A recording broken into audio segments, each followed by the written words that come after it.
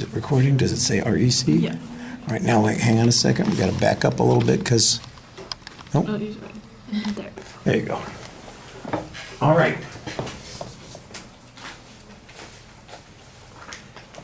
Hello, my name is Jacob Torres, and today I'll be presenting my speech. So I'd like to start off with an anecdote and question.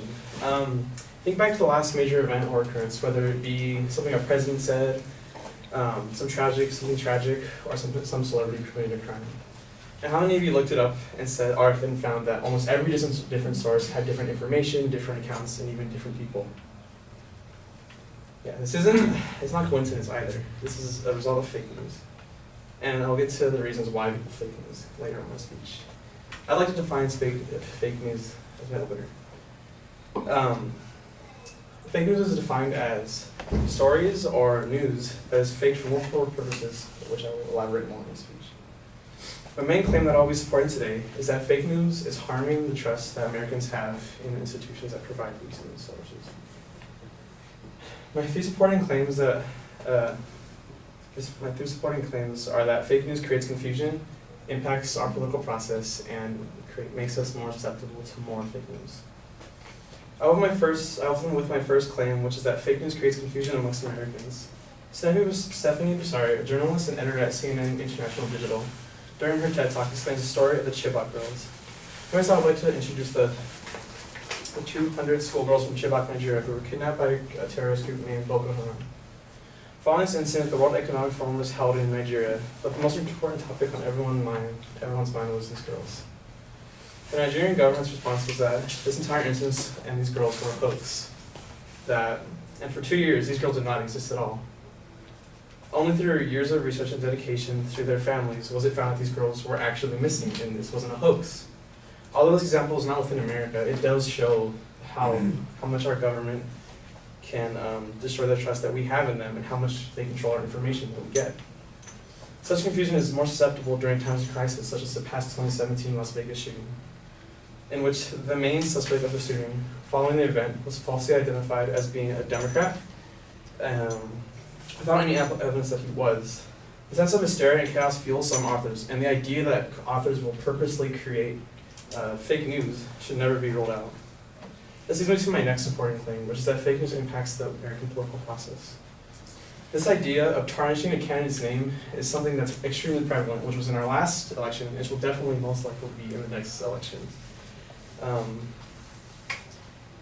During this election, there was a group of Russian hackers who were assigned to disrupt the 2016 election. Stated in an interview with via Dave Moss, the senior investigative researcher at Electric Frontier Foundation. An ex-worker describes his experience or the manipulation as turning the most powerful assets into an open mind into their greatest vulnerability.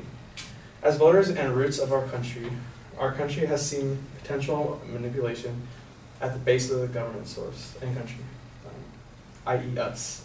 Regardless of foreign influence, political influence via fake news exists within our country as well, within like-minded groups and throw dirt on other political opposing groups. Nicholas DeFonso, a professor at the Rochester Institute of Technology, stated, "People exist in like-minded social groups, cliques, clans, and clubs." Take the internet. Conservative political blogs tend to overwhelmingly link with other conservative political blogs, liberal blogs to other liberal blogs. Polarization makes for fertile soil for rumors. This shows that sometimes opinion can stray over from truth and lead into fake news. Following these different types of fake news, I arrive at my final supporting claim. That is that Americans are susceptible to fake news. Along with the advent of the internet, the growth of social media has also played a factor in distributing and creating fake news. Social media is extremely efficient in the way of influence, as it is not sufficiently regulated and has an enormous amount of users, and anyone can use it. An idea known as the echo chamber effect also backs this role social media has in creating fake news. The echo chamber effect works when multiple figures of relevance, power, or popularity combine to share information to the public viewers, and the public viewers begin to verify this information out of credibility rather than truth. With people spreading this fake news or fake information, the information itself is more and more verified over time. Along with this, a Pew Research found that 60% of American adults get their news from social media. This research, in conjunction with the echo chamber effect, shows that since the majority of American adults get their news from social media outlets, that the echo chamber effect can be twice as more effective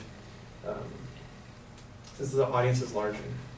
Fabricated were also present in the influencing of the 2016 election, as stated before. In an article written by the editor of PolitiFact and team members of the Pulitzer-winning group, Angie Holland, states that the incident, which a Washington pizzeria was falsely accused of being a headquarters for child abuse ring led by Hillary Clinton. This story gained relevance as people began to share this story and gain traction and credibility, as more and more people saw this and shared it without verifying information, leading it to become more of a false truth. In conclusion, fake news creates confusion in times of chaos, impacts our political process, and makes us more susceptible to leaking information that has been falsified. Furthermore, fake news diminishes our trust in the information we receive from our institutions that disperse the information. Thank you.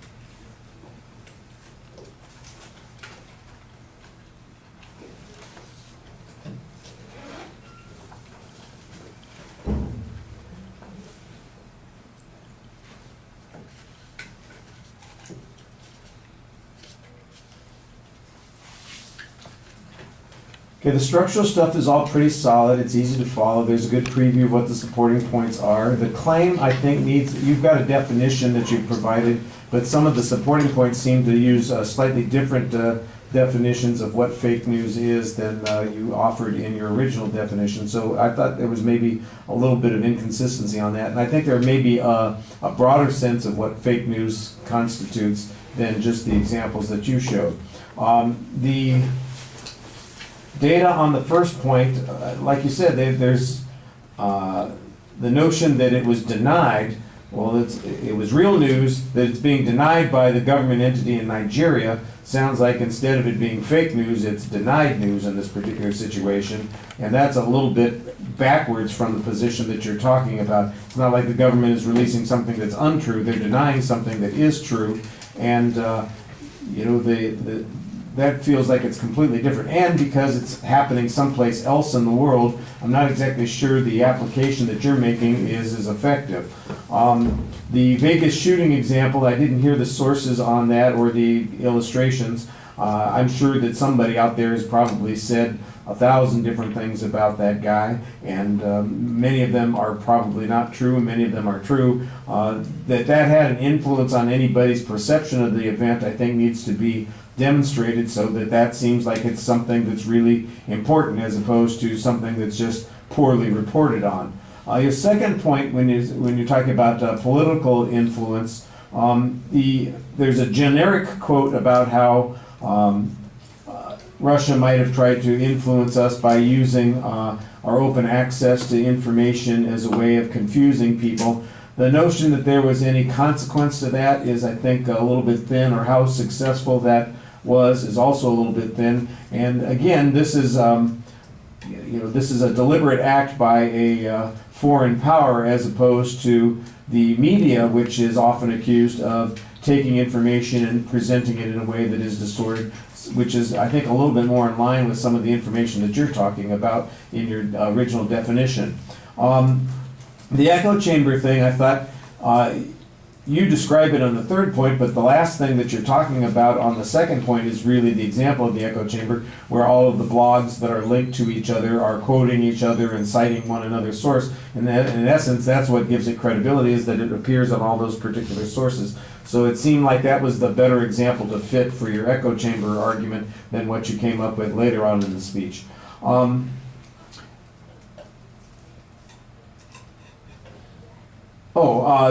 The fact that most people get their news from social media, I think that's okay. But if you could show, for instance, that most social media has this kind of access to fake news, that would be a little bit more effective.